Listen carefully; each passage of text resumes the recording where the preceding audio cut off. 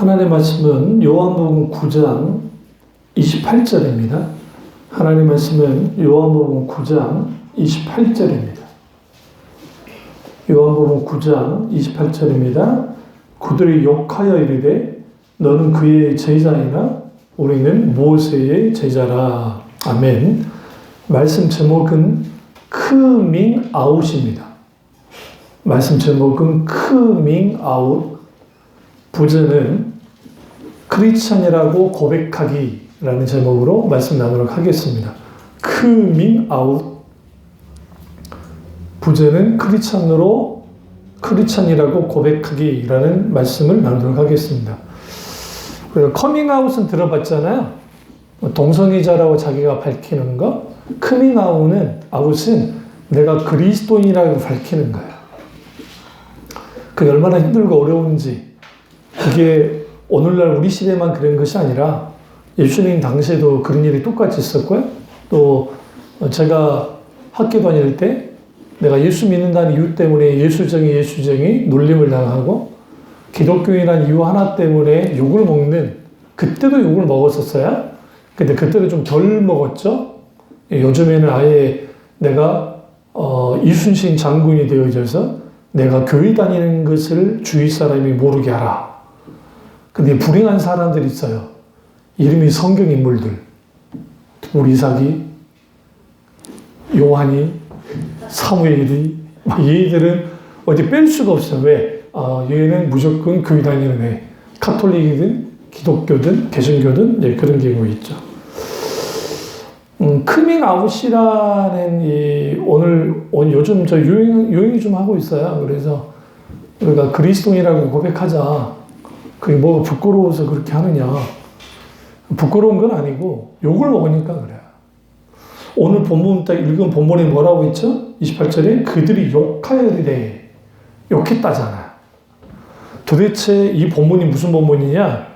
날 때부터 소경되어졌던 한 사람이 있었으면, 남자가.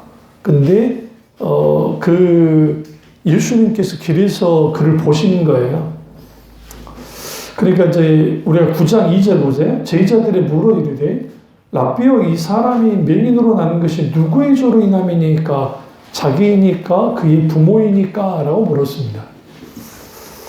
고대 사람들은 무슨 생각을 하고 있었냐면, 태어날 때부터 장애인으로 태어나면 부모의 죄 때문에 그랬다고 생각을 했어요.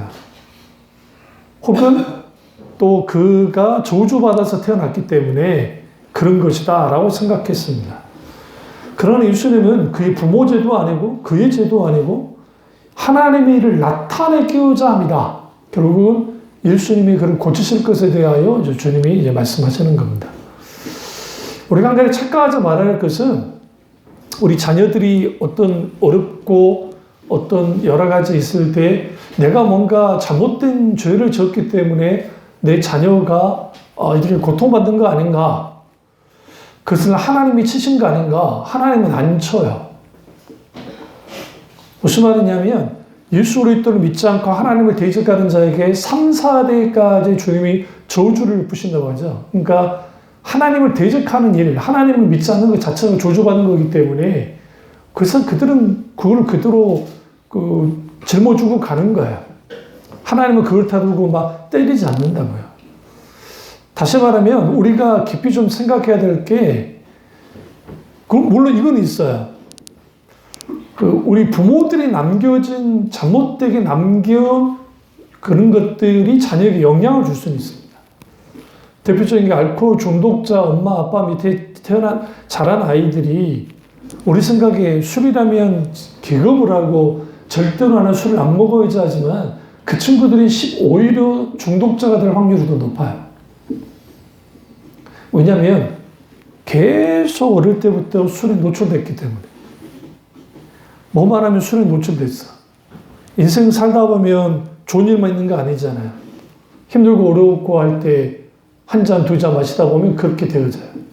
그러니까 요즘 방송이 나오는, 예능 프로에 나오는 사람들이 아주 요즘 자연스럽게 나영석이 꽃보달배 이후로부터 이제 술을 먹는 게 아주 당연한 시대 버렸어요.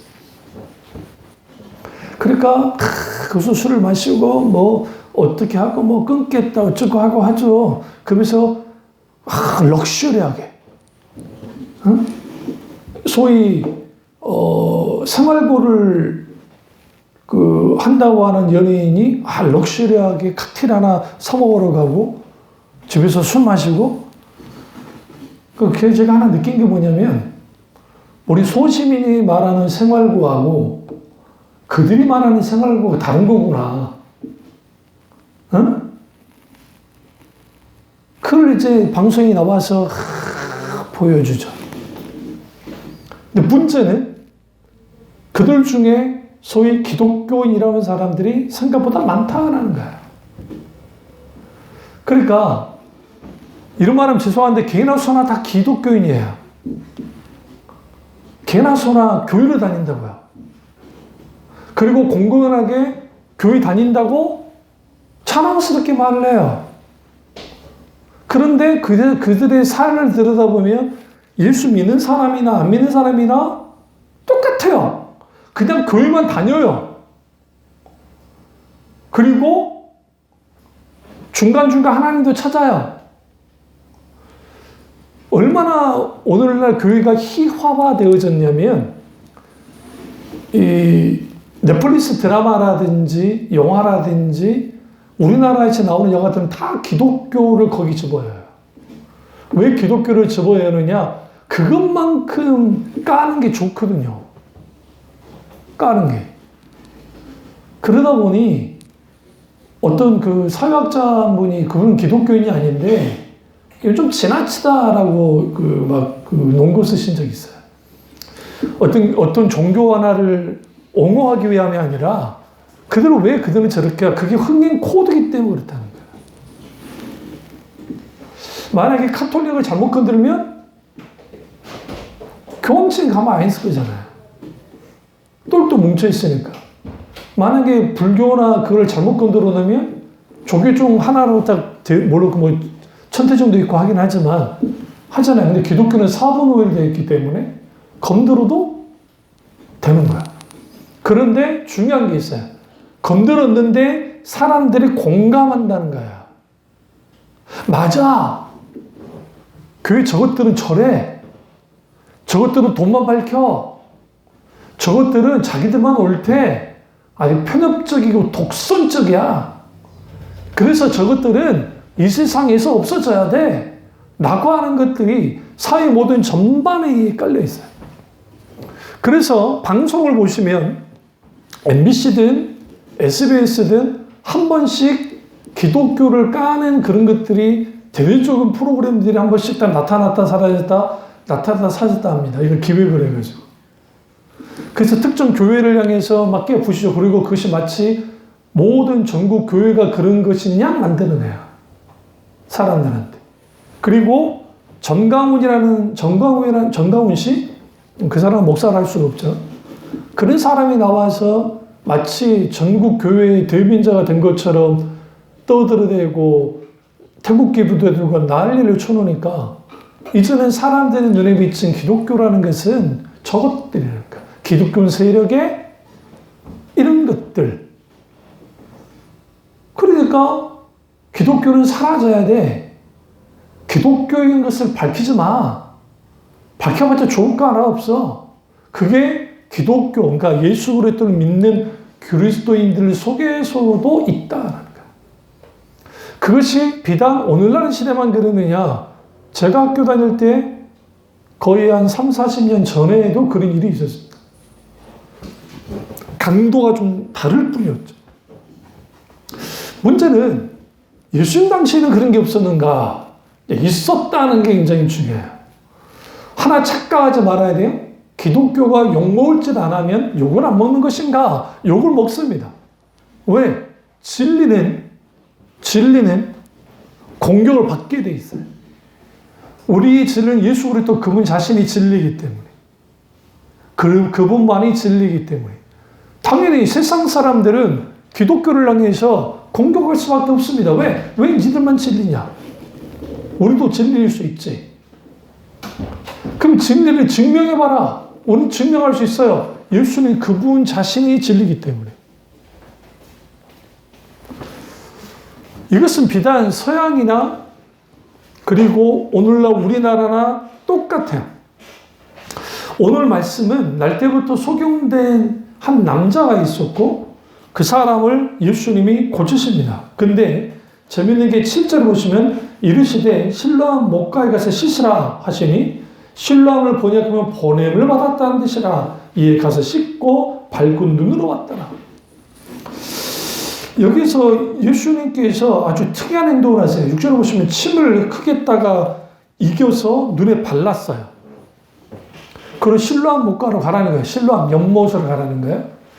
우리가 이제 언젠지는 모르지만 성지순례에 가게 되어지며 어머나 실로암 연못이 왜 저 밑에 있지? 그럴 수밖에 없는 게 그게 다 깨 부셔지고 위에 흙이 쌓였다가 그 위에 또 건물이 짓고 하다 보니까 한 1층 이상 내려가요. 그러니까 밑에 있는 거예요. 사실은 그 당시에는 같은 선상에 있는 그런 연못인데 그러니까 막상 가보면 우리가 좀 오해할 수 있어요. 그러니까 지금 성지순례를 가면 사실 다 땅 밑에 있어요. 2000년 이상 지났기 때문에. 그러니까 그러다 보면 유적지를 가다 보면 내려가게 돼요. 그래서 실로암 목가가 실로암 연못이 뭐와 연결되냐면 히스기야 터널과 연결이 돼 있어요. 그래서 거기에 이제 거기에서 이제 씻는 거죠.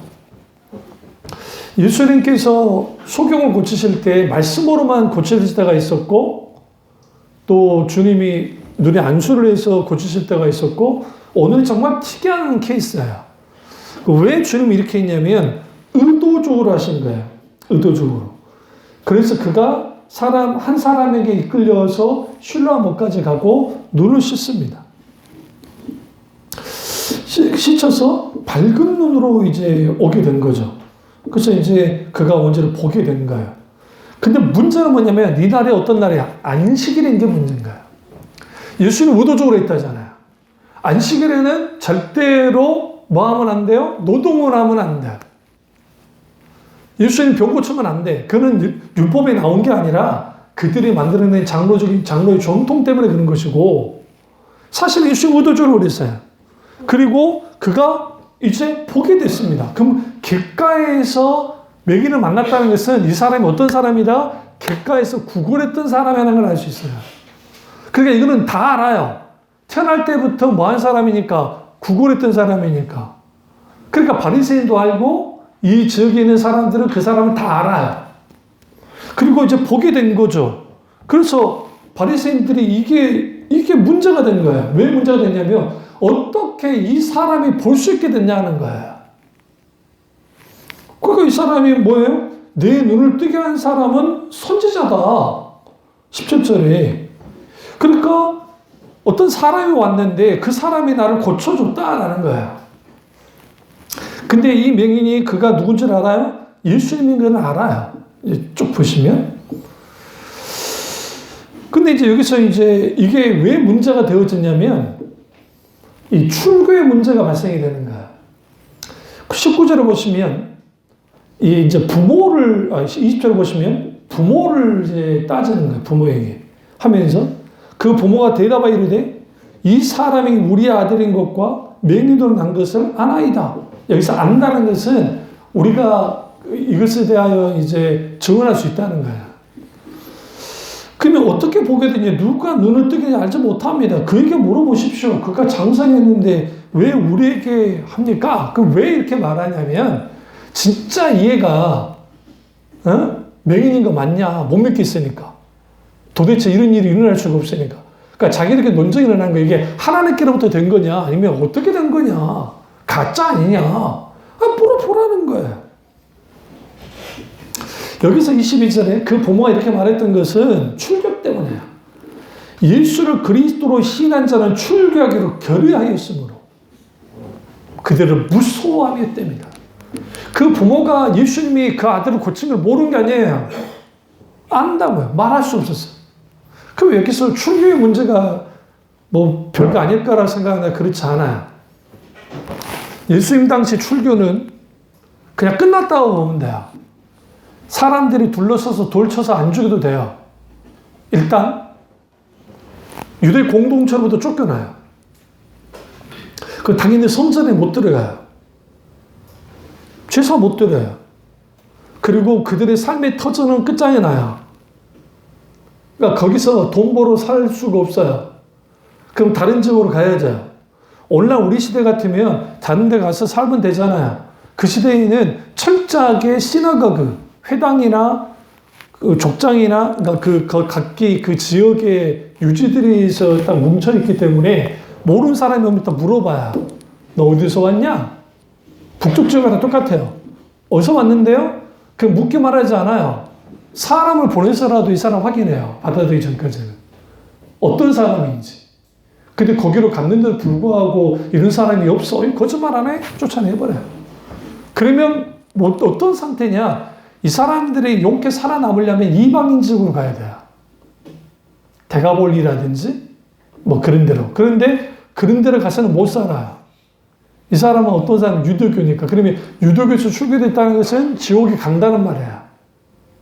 지옥에 떨어진단 말이에요. 먹고 사는 문제도 문제가 돼요. 종교적으로도 문제가 돼요. 이전까지 나의 사회 공동 구성원들과의 관계가 다 끊어져요. 그러면 이제 고립되어져요. 그러면 살아갈 수가 없어요. 이 사람은. 살아갈 수 없는 상황이니까 두려운 거죠. 그러니까 그가 장소에 물어보라고 했다는 거예요. 그러니까 그 24절 보세요. 이게 그들이 맹인이었던 사람을 두 번째 불러 이르되 너는 하나님께 영광을 돌리라. 우리는 이 사람이 주인인 줄 아노라. 이게 뭐냐면 이게 말도 안 되는 그 이제 소위 말하는 그 이걸 이제 그 단어가 생각 안 나네. 어쨌든 있는데요.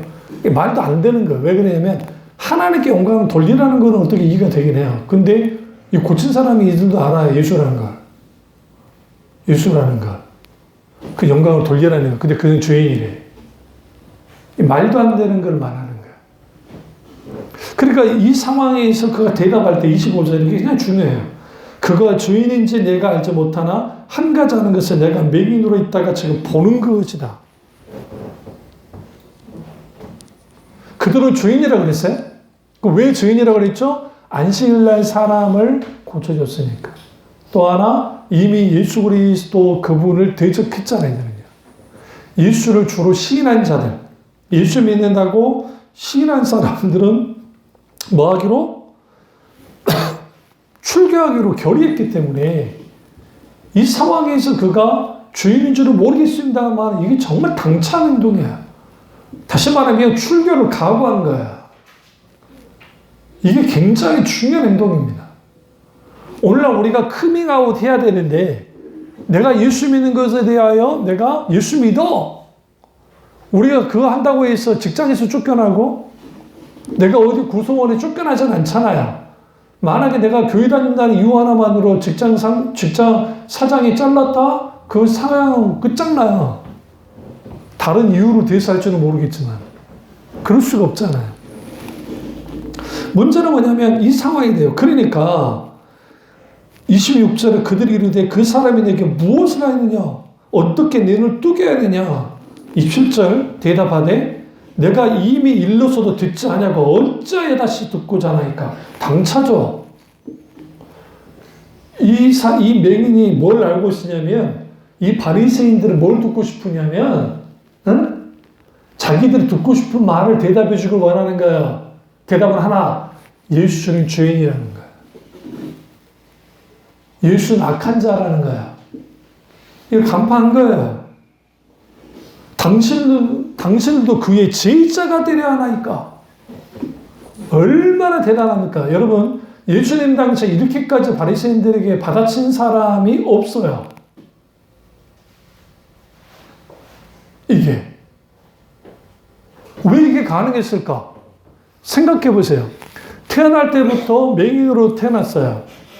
한 번도 세상을 본 적이 없어요. 그런데 예수님 때문에 세상을 봤어요. 얼마나 감격스럽겠어요. 얼마나 대단했겠어요.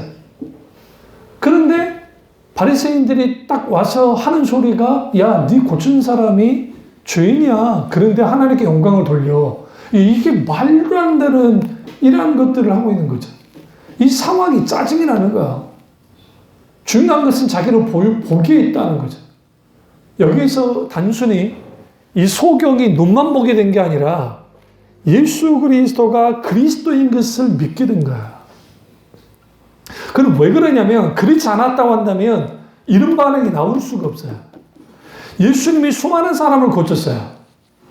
10명의 문둥병자를 고쳤는데 사마리아 사람 문둥병 고침받은 사람 하나만 오고 9명은 예수에게 오지도 않았어요. 우리는 기적을 경험을 하면 어떤 치료를 경험을 하면 놀라운 하나님의 역사를 경험하면 예수 믿을 것 같잖아요. 안 믿어요. 안 믿는 사람 꽤 많아요. 왜 그러냐면 치료되면 감사해. 감사한 것도 던질 수도 있어. 그러나 그 과정에서 인격주신 하나님을 만나지 못하면 그분을 만나지 못하면 구원이 안 일어나요. 제자가 되지 않아요.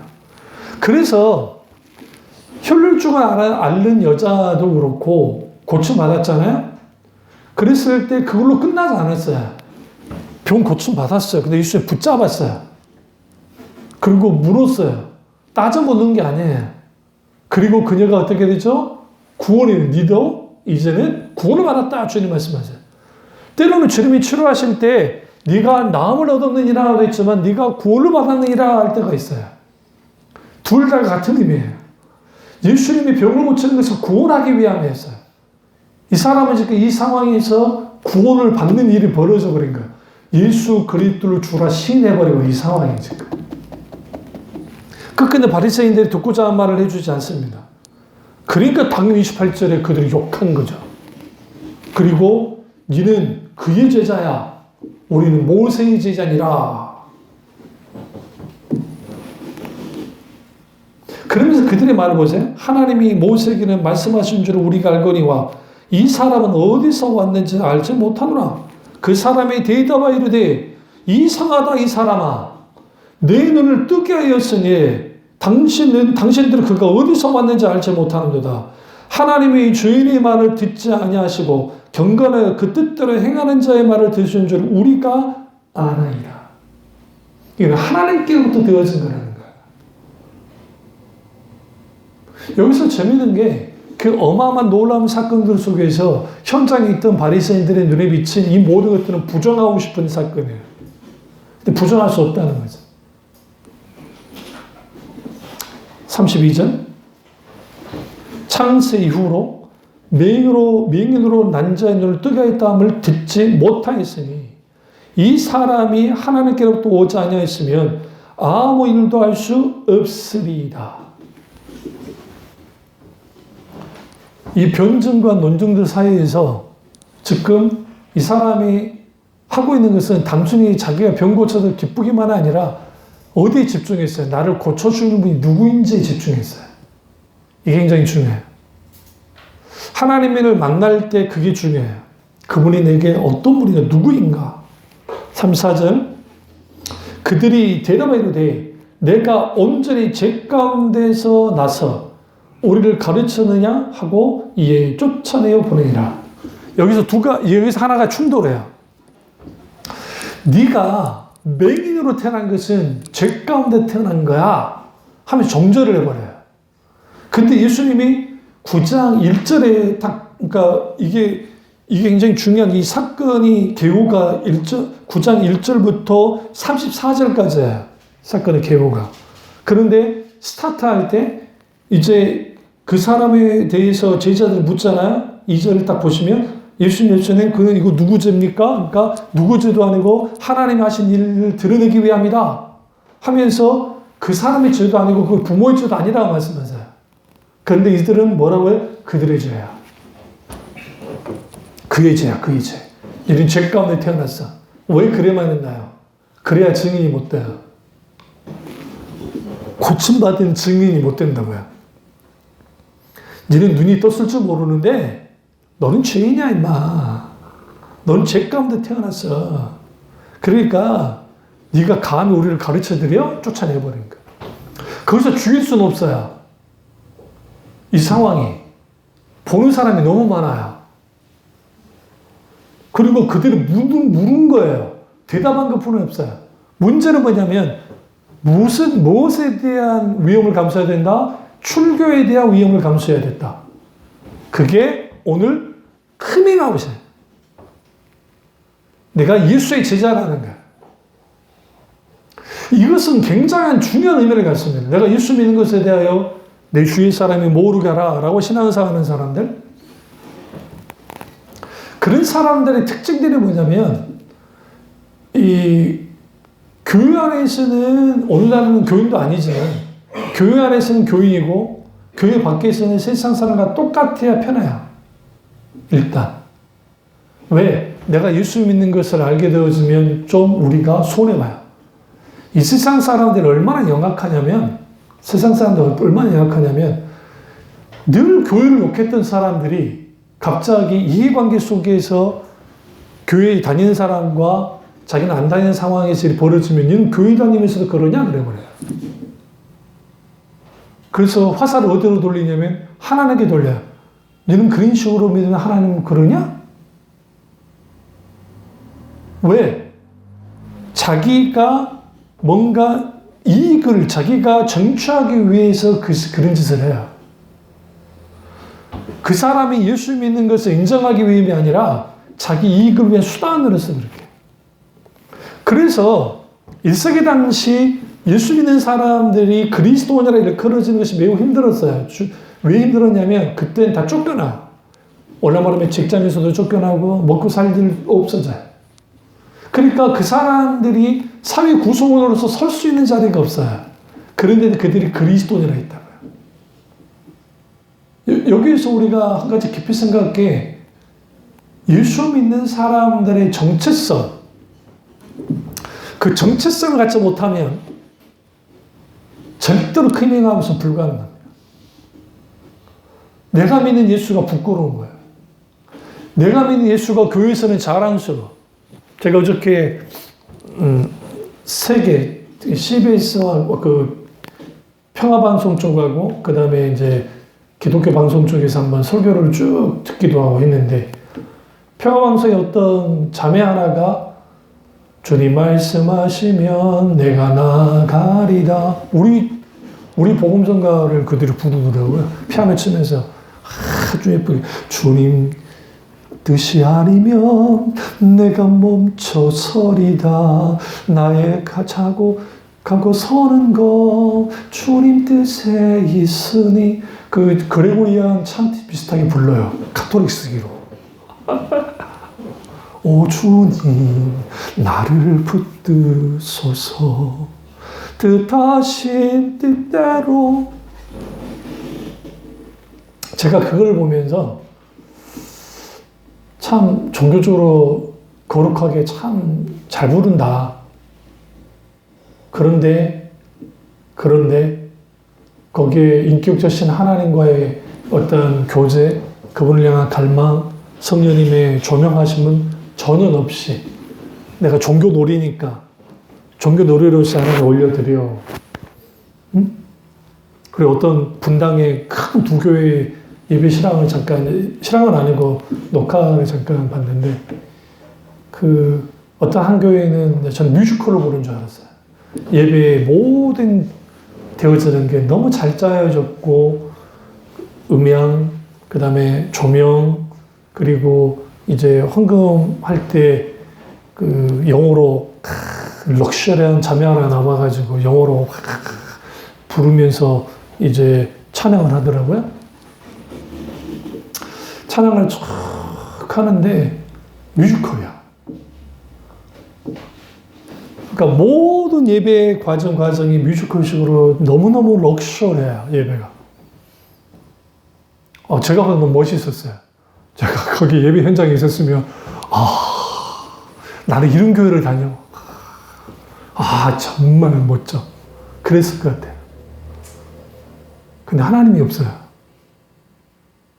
죄송 말씀드려요. 성령님의 기름음과 임재가 거의 없어요. 저는 모르겠고, 제가 개 중에 있긴 있었겠죠. 찬양 인도를 하는데 뒤에 큰 스크린 뒤에서 찬양 인도를 하는데 맞춰서 막 해요. 어떤 자매 하나는 막 이러면서 찬양하더라고. 제가 봤죠. 저는 관심종자다. 성격이 그렇다. 귀하죠. 귀한데 왜 저 곁에 세웠을까? 이유가 있어요. 그것은 사람들이 시각에 약해요. 거기다 많이 두면 같이 찬양하잖아요? 여러분 생각해 보세요. 회중들만 보고 있는 것과 저 위에서도 나를 보고 있어. 서로 부담스러워요. 이게 하도 교회가 크니까 2층에 있는 사람들 덜하게 좀 앞에 있는, 그러면 거기에서 그들을 보면서 당신들도 저렇게 열정적으로 하십시오라는 거예요. 그리고 인도하는 분이 모든 좋은 멘토와 목사님 같아요. 그분이 막 하면서 찬양을 다 끌고 나와요. 왜 포도나무의 유종호 목사님이 찬양을 할 때 모든 걸 내려놓고 하나님 인도 따라 가야 된다는 게 사람이 끌지 말라는 이유가 그거예요.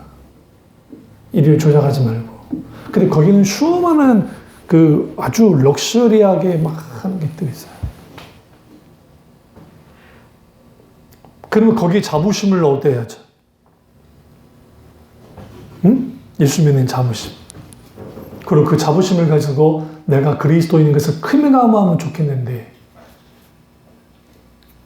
그거 가지고는 안 돼요. 내 생명보다 귀한 분이어야 돼요. 지금 이 맹인은 자신의 생명보다도 더 귀한 분이에요.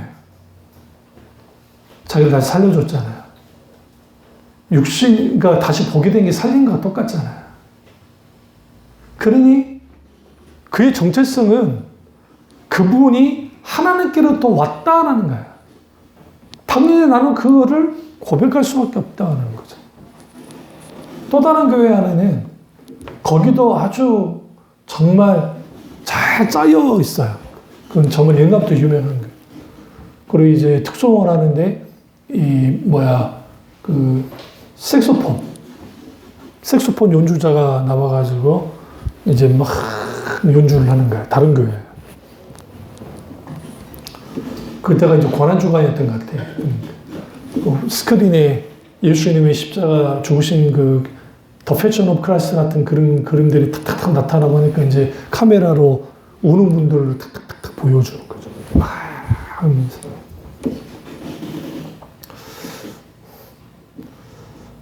이 부분에 대하여 장점은 뭐냐면 사람들을 집중시킬 수 있어요. 근데 이거를 마틴 오디언스 목사님이 지적했던 것처럼 그걸 아주 경멸했어요. 그런 분들이. 개혁주의자들이. 그 이유는 딱 한 가지야. 그 당시 60년도, 1960년도, 이제 10년 돌아가셨으니까 50년도, 60년도, 70년도에 미국에서도 선풍적인 게 뭐냐면 삼류 배우들을 초청을 해서 거기에 소위 오늘날 말하면 전도 집회도 하면서 거기서 막 하는 거였어요.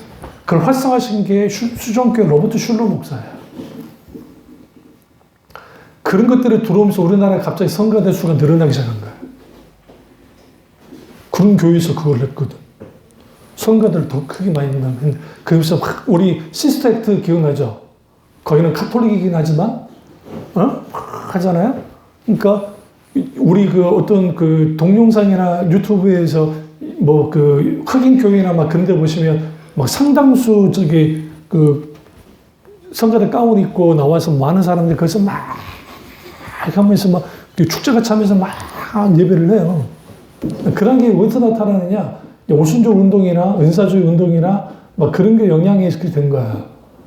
그 총신대 김지찬 교수님이나 그런 분들이 왜 성가대는 궁극적으로 없어졌나 그랬을까요? 분명히 성경에서 성가대 최초의 성가대가 다윗이 만들었는데 하나님의 명령 속에서 왜 없어야 된다 그랬을까요? 줄여야 되고 없어야 된다. 궁극적으로. 그 이유는 뭐냐면 성가대가 잘못된 게 아니야. 예배에서 하나님께 송영을 드리고 대송영을 드리고 영광을 좋아. 근데 여기서 뭐가 문제가 되어지냐면 그게 사람을 향하는 거야. 하나님을 향하지 않고. 그래서 카톨릭이 그걸 방지하기 위해서 성가대원들을 뒤로 가버린 거야. 2층 위에. 그 성가대원들이 안 보여요. 카톨릭은. 그러면 그리고 앞에 뭐가 있죠? 그 파이프 오르겐. 위에서요. 그러면 카톨릭 왜 그러느냐? 잘 들으세요. 밑에서 이렇게 하는 거하고 사람들이 시선 앞에 있는데 위에서 은은하게 딱 내려오잖아요. 그러면 천상의 목소리 같이 들려요. 하나님이 진짜 임재하는 것 같아요. 그래서 종교개혁자들 중에 쩌분길러 같은 분들은 이 부분에 대하여 굉장히 그러니까 이 파이프오르간 못 쓰게 하고 이유는 딱 한 가지. 인위적인 작용에 의해서 조장하지 말라는 거예요. 사람들의 감정을 끌어오는 짓들은 하지 말라는 거예요. 그래서 성령님의 몫이라는 거예요. 하나님이 하신다는 거예요. 여기에서 이런 식으로 신앙생활 하는 사람들이 교회 어마어마하게 사이즈 크고 자랑할 만하잖아요. 그럼 나가서 나 예수 믿는 사람 커밍아웃 해야지. 못해요. 그분이 유일한 이유이자 나의 목적되어야 돼요. 예수 정체성이 없는 사람들은 감히 나가서 못해요. 그 대신 자기들 교회 크기 자랑하고 자기 목사님 자랑하고 뭐 자랑할지 모르죠. 오늘 이 청년은, 이 남자는 이게 가능했던 이유가 예수님을 대면했고 예수님을 만났어요. 그러면 이 사건이 이렇게 끝나버리면 할 말이 없는데 우리 예수님 어떤 분이요? 이 친구가 쫓겨났단 말을 듣고 예수님이 찾아와요. 그게 35절이에요. 보시면. 예수께서 그들이 그 사람을 쫓아냈단 말을 들으셨더니 그를 만나사 이르시되 내가 같이 보세요. 인자를 믿느냐. 여기서 인자는 son of man, 사람의 아들을 믿느냐라고 말했어요. 이 오해하지 마셔야 돼. 이 son of man, 인자라고 하는 이 단어는 이거는 모든 이스라엘 사람들은 다 알아요. 메시아 사상 속에서 메시아를 뜻하는 거예요. 하나님의 아들이면 네가 믿냐? 사람의 아들이라고 했지만 이건 이미 에스겔이나 다니엘이나 인자에 대한 말씀이 나와요. 성경에. 36절 대답하야 돼. 이르되 주여 그가 누구시오니까 내가 믿고자 하나이다. 여기서 주여라는 표현이 중요해요. 예수께서 37절 이르시되 내가 그를 보았거니와 지금 너와 말하는 자가 그이니라.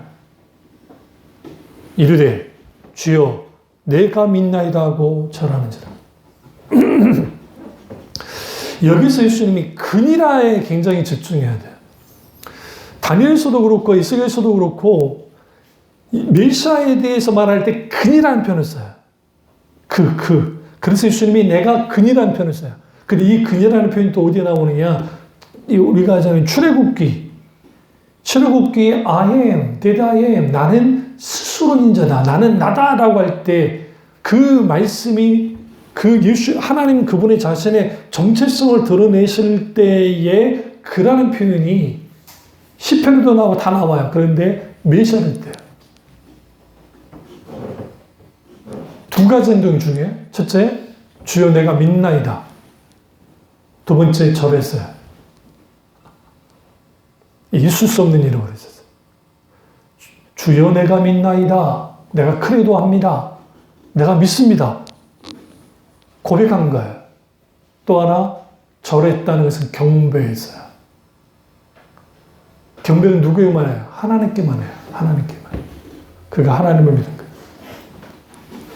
39절 예수께서 이르시되 내가 심판하러 이 세상에 왔으니 보지 못하는 자들은 보게 하고 보는 자들은 맹이 되게 하려 함이라 하시니 바리새인 중에 예수와 함께 있던 자들이 이 말씀 듣고 이르되 우리도 맹인인가? 예수께서 이르시되 너희가 맹인이 되었다면 죄가 없으려니와 본다고 하니 너희 죄가 그대로 있느니라. 이 상황에서 바리새인들 함께 있다는 걸 바리새인들이 지켜보는 상황에서 예수님이 스스로 본인이 그다라는 표현 쓰고 본인 예수님 그분 자신이 메시아면 그러면 이 지금 보고 있는 상황에서 이 맹인이 뭐하고 이제 다시 보게 된 이 사람이 뭐하고 있는 거야? 예수의 제자가 됐고 예수님을 그리스도라 시인하는 사람이 됐어요. 이 청년은 이제는 출교밖에 없어요. 근데 그 출교가 그에게 대수롭지 않아요. 왜? 구원받았으니까. 예수 공동체에 들어와 있기 때문에. 왜 내가 예수 믿는 것에 대하여 부끄러워하는가? 여러 이유가 있죠.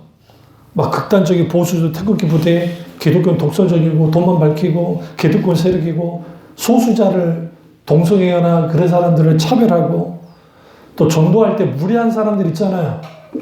예수전당 불신족 하면서 아주 무례하게 굴어요. 저도 싫어요, 그런 거.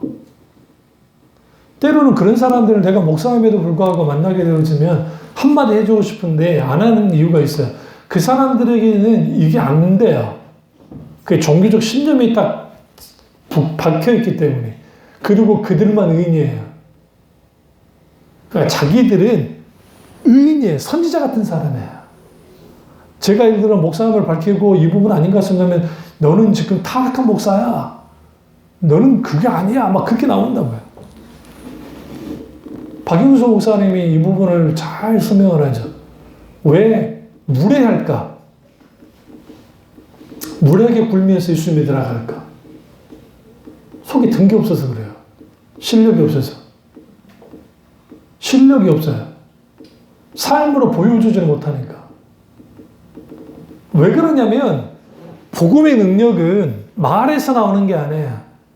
성령이 나타나면서 나타나는 것이죠. 그러면 1세기 당시 강력한 복음의 역사가 나타났던 것은 그들의 삶 속에서 그들이 갖고 있는 예수 믿는 그 예수 그리스도를 믿는 그 삶 속에서 강력한 영향을 끼친 거예요. 그 강력한 영향력이 로마를 뒤집어 엎은 거예요. 300년 후에.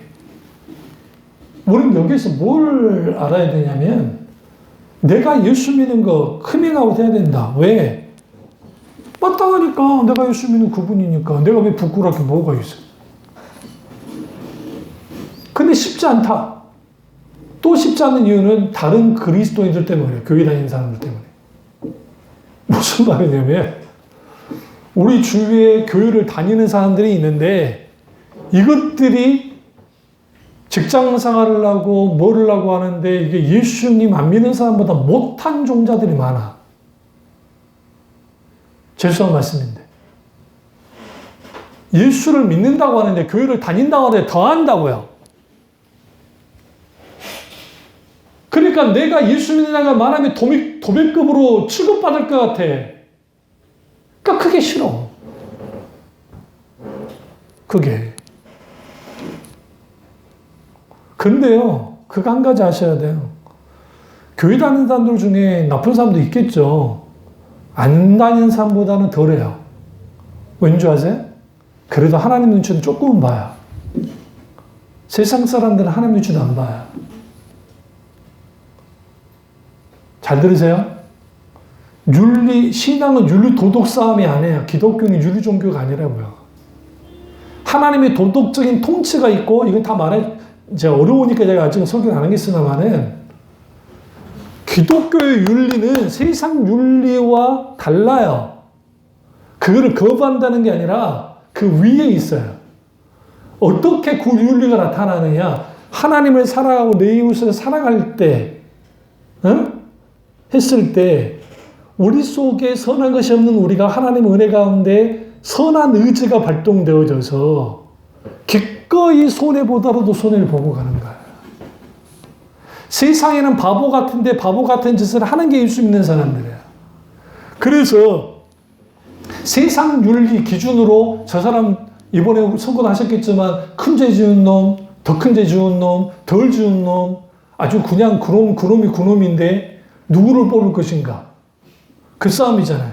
그러면 지들끼리 나 덜 지었어? 아, 니도 덜 지었어? 니만 그랬냐? 나도 그랬어? 하면서 막 둘러치기 하잖아요. 신앙의 서기 안에는 다 죄인이에요. 하나님 앞에서는. 그럼 뭐가 중요하느냐? 하나님 앞에 내가 죄인을 인정하고 계속 진리 앞에 나아가고 하나님 은혜 앞에 나아가서 내가 그 순간순간 하나님 그분의 영광을 위해서 살아내가는 거예요. 누구 때문에? 예수 때문에. 내가 예수 그리스도를 믿고 그분 때문에 그렇다 한다면 나를 나대하신 분이 예수님이기 때문에 나의 정체성은 예수 그리스도를 통해서 받고 그렇다고 한다면 예수 그리스도를 믿는 내가 크밍아웃 것이 뭐가 문제가 되냐는 거예요.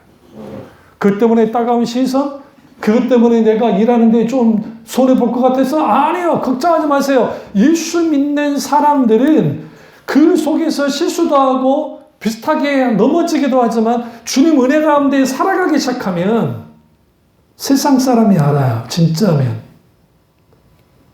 내가 니를 보니까 하나님의 살아계신 것 같아. 그게 전도예요. 제가 군대에서 우리 상관에 있던 거죠. 우리는 그 사실을 알고 우리가 반드시 오늘 본문에 있는 이 실로암 목가에서 다시 보게 된 소경, 이 사람은요 태어날 때부터 소경으로 됐지만 이제 장성해서 성이 남자가 됐는데 꽃이 핀 거예요. 복이 됐기 때문에 수꽃이 핀 게 아니라 눈을 뜨자마자 예수님을 그리스도로 주로 믿었어요. 그분의 제자가 됐어요. 이전까지는 거지고 이전까지는 맹인이었고 거지까지 아니다 할지라도 부모가 있었으니까. 그런데 이제는 그는 예수님의 제자가 되어버렸다. 그의 정체성은 나 예수 제자야. 이러한 자부심을 가지고 이러한 고백을 하는 저 여러분 되시기를 주님으로 축원합니다. 기도하겠습니다. 기도하실 때 이 말씀이 나의 말씀이자 우리 말씀대로 잠깐 기도하겠습니다.